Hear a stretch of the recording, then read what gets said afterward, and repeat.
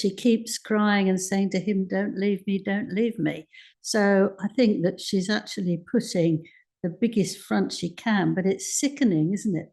I mean, a woman of that age who's been married for nearly 7 years shouldn't be sort of, you know, kissing him on the face and stroking his neck, and actually this one holding his face on either side so he can't move. It's absolutely pathetic. Breaking right now, the cracks are starting to show at the Invictus Games. Look at this from Dormois, where you can see Meghan unable to hide her fury with her husband when she didn't think the cameras were on. It was, of course, followed by a PDA, but is it any wonder that Harry's annoyed, given this iPhone obsession that Meghan has at these games, and Harry has to pretend he's completely fine with having this phone in his face at all times, and just look how furious he becomes. Now, we know that there's loads of issues, and I think the problem is that these two are just trying too hard in so many ways. The thing is that at the Invictus Games, you are unable to hide. So look at this from the Royal Grift, who picked up something very good, saying Meghan being as rude as usual, more concerned about what people are saying online than listening to what this woman is telling her. And of course, it is all for the Instagram content. That is all she cares about, because she's acting like a teenage influencer rather than someone who is actually at a really important event that should be about the athletes and not herself. But this was the new Instagram content that we've received overnight.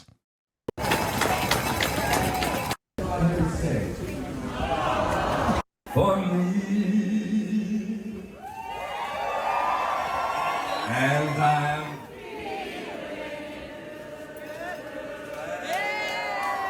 all of our competitors, welcome to Whistler.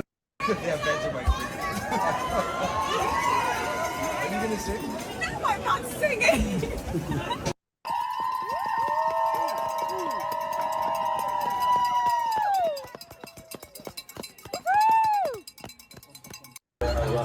Crossing that very, very fast speed trap at the end zone. I don't speak French. She does. I know. He speaks the most. Oui, je prends les photos. Oh. Avec, we must go. Avec, we must go. Wonderful. Oh, so I see we're continuing with the farce that Meghan actually speaks French. She doesn't, folks. Our royal mastermind, Prince Harry's biographer, Angela Levin, joins me now. Angela, it's been an extraordinary display, but actually, I would argue, in the real moments, you see the cracks between Meghan and Harry more than ever before. What's your take? Yeah, absolutely. In fact, I was told by somebody who knows a lot that she keeps crying and saying to him, "Don't leave me, don't leave me." So I think that she's actually putting the biggest front she can, but it's sickening, isn't it? I mean, a woman of that age who's been married for nearly 7 years shouldn't be sort of, you know, kissing him on the face and stroking his neck, and actually this one holding his face on either side so he can't move.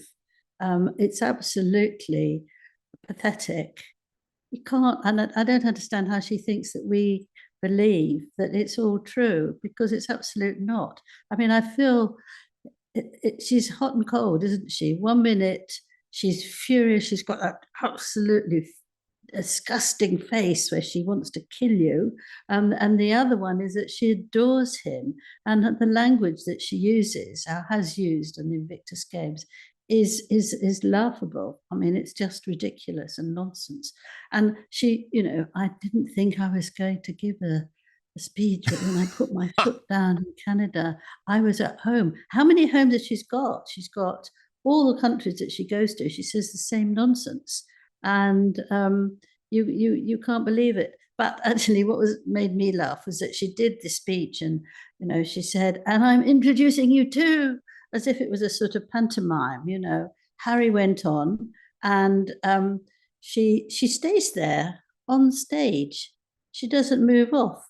You don't sort of stay there looking at him. She pushes him towards the stage in the front, which is where he should go, and then she stays there. I mean, she doesn't dare let her darling move.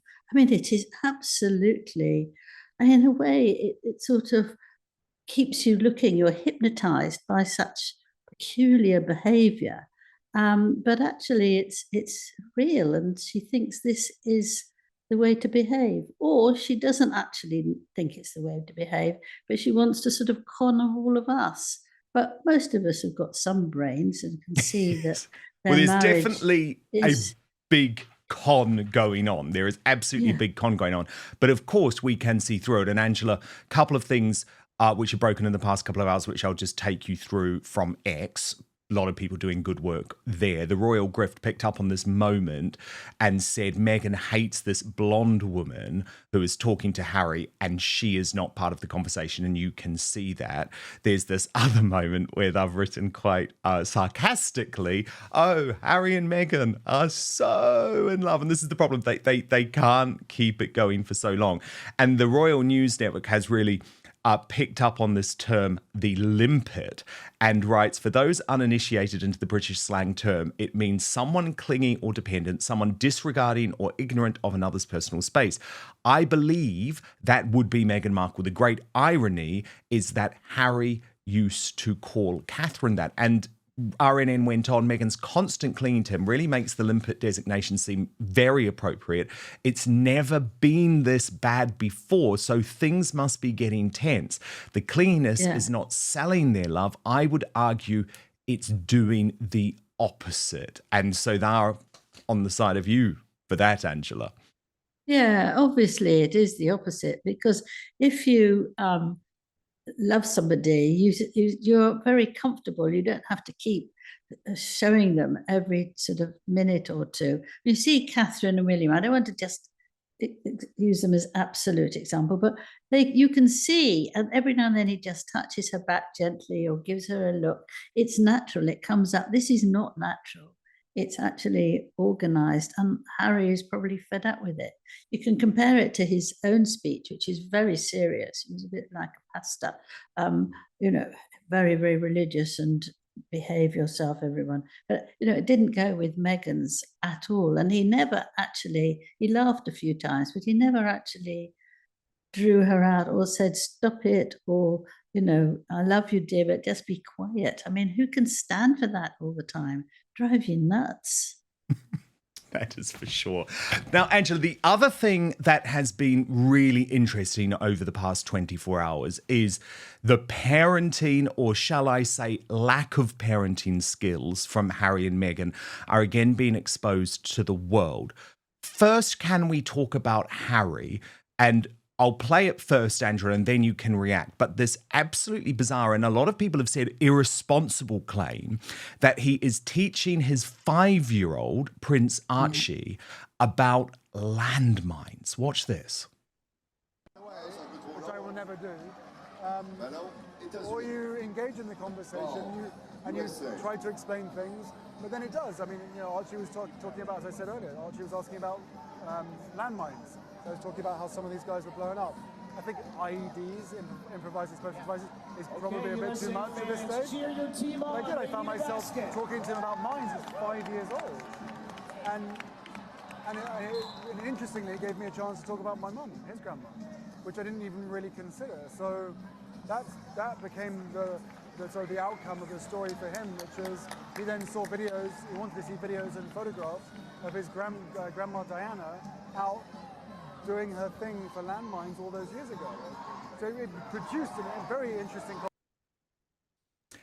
Royal News Network posted about that. What? Talking to your 5-year-old about landmines? That could be rather traumatizing at 5, I would think. Yes, children need to know about the real world, but slowly. And also, of course, everything is about his mother. The mother complex is real. Paula M was furious about this interview. She wrote, "See, not only Meghan Markle is above saying the worst lies, exploiting children and his dead mother, how on earth would a 5-year-old even know about landmines? What kind of irresponsible father would expose a child to that? Such a liar." And from, according to Taz, teaching his 5-year-old about landmines, is that before or after making waffles and talking about crocodiles? So, Angela Levin, this was totally bizarre. I mean, is he telling the truth, first of all? And if he is, should he really be doing that with a 5-year-old? I think it's absolutely terrible to do that to a child, because the woman who he sees, he knows it's his grandmother and she's not here, but he must put together that she's died from this, and it can hurt him terribly. It might make him very, very worried and get nightmares. I mean, I think it's completely unnecessary. I think you can talk about something objectively, but even so, I don't think he's right at 5. I mean, children like, a bit of fighting and a bit of let's, win this battle and all that, taking sort of knives and pretending they're, swords and pretending they're sort of having a big battle. But actually, to go into great details about that, perhaps saying, oh, children lose their legs and their arms, and, 1 out of every 5 have that. It's really terrible. I mean, you are not actually doing what you should do as a parent. You shouldn't actually make a child understand that or know that. If they did ask you about it, just say, oh, it just means when people blow things up, but don't have to worry about it. Next, you've got to be very careful with children that you don't scare the living daylights out of them. Yeah, you really do. You really do. And I think he has. And then, of course, Meghan. Now, Angela, I know, I've reported for a very long time, Meghan does have a lot of issues in terms of her relations with young children. She's not very hands-on with her own children. And unfortunately, we have seen that at Invictus. So let's look at a couple of moments. First one, where Meghan almost seems to force a child to say that meeting her was the best moment of the Invictus Games. Watch this. But first, attention, all the proud, the bold, and the beautifully bald. It is time to elevate your grooming game with the Manscaped Dome Shaver Plus. Designed for precision, comfort, and a flawless finish, this shaver is the ultimate tool for keeping your dome as smooth as your best pickup lines. Whether you're maintaining a sleek style or embracing the shine with confidence, the Dome Shaver Plus has you covered. So head on over to manscaped.com and join over 11 million men worldwide who trust Manscaped by using the code Outspoken for 20% off your entire order and free shipping. Now, I've got to tell you more about the Dome Shaver Plus, though. This is an incredible electric shaver that adapts to your head's contours for a smooth shave without the mess and hassle of traditional shaving. 4 stainless steel skin-safe rotary blades reduce nicks and cuts to deliver a perfectly bald look without uneven hair patches. In fact, this would be such a good gift, by the way, if you've got a husband or you've got a boyfriend or you've got a brother who struggles with getting their scalp to a precise finish. The powerful 8,000 RPM motor delivers effortless shaving performance with less strokes and irritation, and the long-lasting rechargeable battery has up to 60 minutes of runtime. When a charge is needed, you can save time with the 10-minute quick charge option. Because the Dome Shaver Plus is waterproof, you can enjoy wet or dry operation, and the Dome Shaver Plus is ergonomically designed to fit comfortably into your hand and effortlessly navigate every curve with your scalp. With a magnetic blade, pad, and hair chamber, clean up as a breeze, making sure your Dome Shaver Plus stays fresh and ready to deliver a smooth shave every time you need it. Grab the Dome Shaver Plus by the handle or palm, the blade palm, and glide it across your head like you're sweeping away last year's regrets. So go to manscaped.com using the code Outspoken for free shipping and a whopping 20% off your entire order. Get the Dome Shaver Plus today and experience a shave that is as smooth as you deserve. But now, back to the show. Meeting me? No, no. I'm just meeting all of you. Are you feeling excited for your parents? Here's an English one. And then there's another moment, Angela, where, let me just be honest about it, this isn't that nice, but she just looks so uncomfortable with the children. This one? Oh, sorry. Oh, na, chodź tu, Manuel. Na. You make some other... I make some bracelets. Yeah.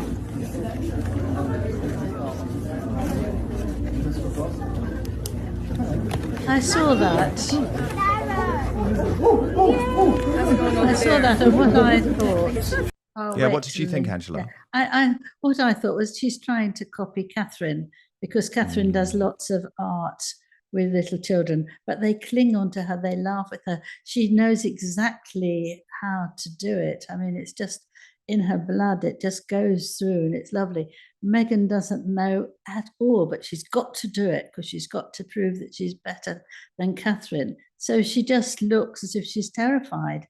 She's just trying to get one little bit of twig and another bit of twig. She doesn't really know what to do. And the children, it seems, don't actually follow her like these did. Look, they're hanging on to Catherine and they don't want to let her go. And most of them didn't know that she was even a princess. So, she's just got a wonderful relationship with children that she doesn't know. But Meghan is very, very awkward, but she can't let Catherine do better than her. It's endless.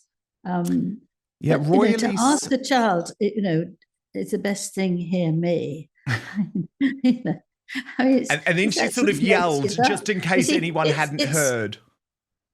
It's me, isn't it? I mean, Always. it's just terrible. She wants to be humanitarian, but it's really meitarian, isn't it? It's all about her. She's not really humanitarian. She just, because you see that with families, but it's a meitarian. We can make a new word of somebody who just is completely obsessed with looking after themselves and presenting themselves to the world.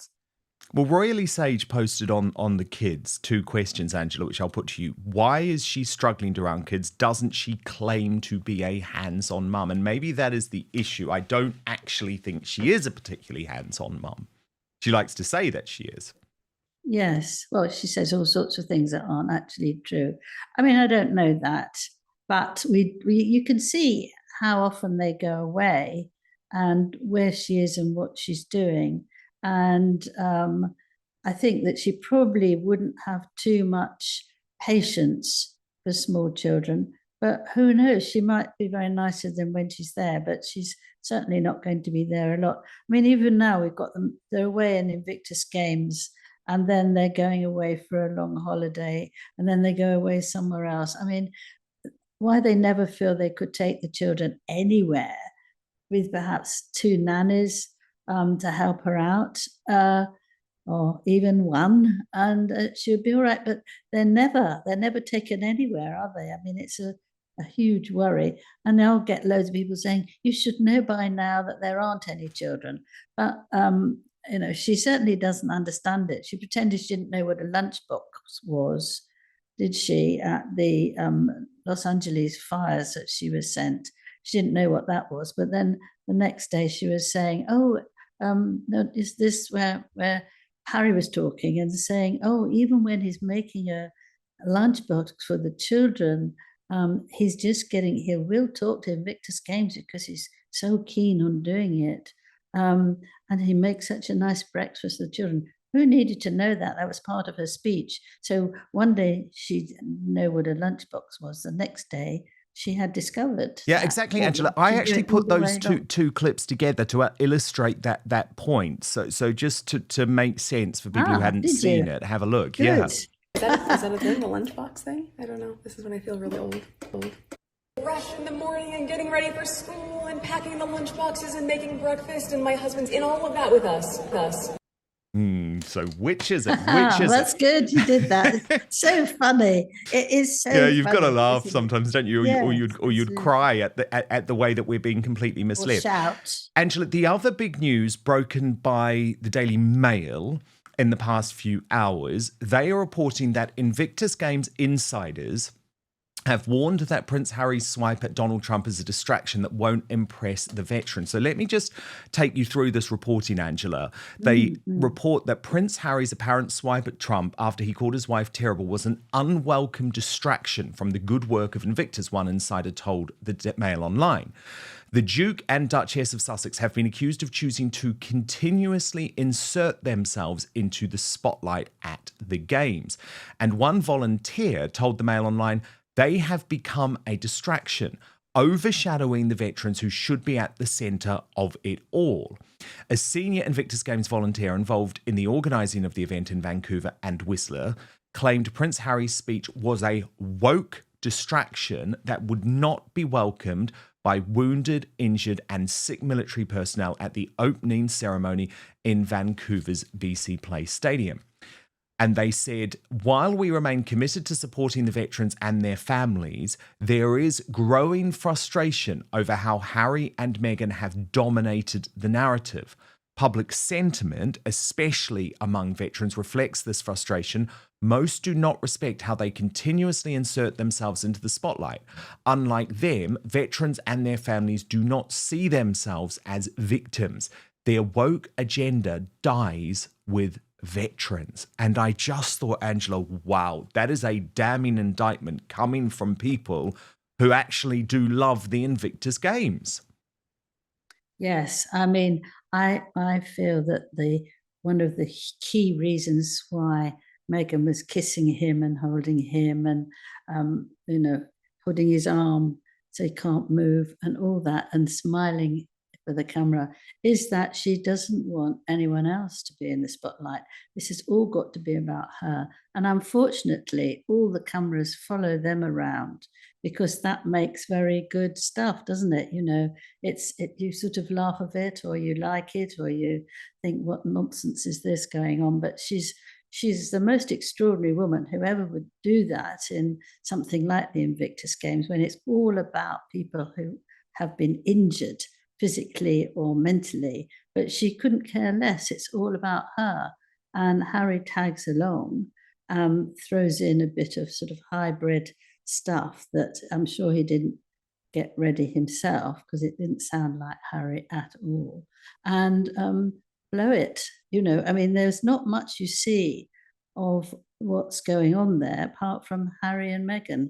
And I think that's right. And I was contacted by a few Canadians who said that they're hating it because yet again she's taking all the spotlight and they didn't want her there and she turned up anyway, and they're using a lot of money to stay, £5,000 in a hotel, which they feel that the Invictus is paying, and actually it's terrible. And they said to me here that they don't interested at all in Meghan, and they're not really interested in the veterans. They like the music, and they are more concerned at the moment with Trump's tariffs. He's going to put tariffs on the country, and that's it. They're not enjoying it. It's a waste of time, and there are a lot of empty seats, although they pretend they're not, and there were for the singing and celebrities, but actually people don't like it because it's all about Harry and Meghan, and they should know better. It's been ruined since Meghan went along, but at least she didn't wear short shorts. I was very pleased to see that. That's about it. Yes, and Angela, I think it is just worth mentioning to finish. Let's talk about the real royals and how they do their work without publicity, Angela. Just breaking this afternoon, some pictures have emerged of Prince William and Catherine, the Princess of Wales, comforting Leanne Lucas, the brave teacher who was trying to protect children in the Southport attack. Not sure how these got out, but these are from the October 10th visit. Now, that's from the Royal News Network. My belief, Angela, is that these pictures were actually released by Leanne because it also showed that she'd met Taylor Swift. And we'll take a look at these images, Angela, because they are beautiful and very, very special. Leanne Lucas is a hero. She put herself at great risk to try and save those children in her dance class. But isn't it telling, Angela, that this happened months and months and months ago, but we didn't know about it because William and Catherine don't always have to shout about their humanitarian work, Yes. the complete contrast to Harry and Meghan. Yes, they are. You hear what you're supposed to hear, what they feel is right, but they don't tell you every detail of how good they are of going around and seeing people who've been very badly wounded or who actually have lost a child. You know, they don't do that. They don't want to stand ahead and show off. It's all showing off, isn't it? And I think with Meghan, it's actually an illness to be like that. How can you possibly be like that? It's beyond anything you can imagine. You know, you Just want look to at that lovely moment between Catherine and Leanne Lucas. It's yeah, genuine. look at Catherine's face, you see. Totally. I mean, her face is giving her every possible Yeah. feeling of warmth and love and comfort. And these pictures have crucially not been released by Yes. Kensington Palace. That is the point. They haven't been posted on the official royal channels. This is something that was for Leanne Lucas and for the victims. Thank you so much for watching Dan Wootton Outspoken. Please click on my face just to the bottom left to subscribe to this brand new independent news source and turn on the notification bell so you'll be alerted to our brand new live shows, uncancelled interviews, and special royal episodes. Outspoken is also now available as a podcast, so you can listen to the show every weekday on the go, wherever you are.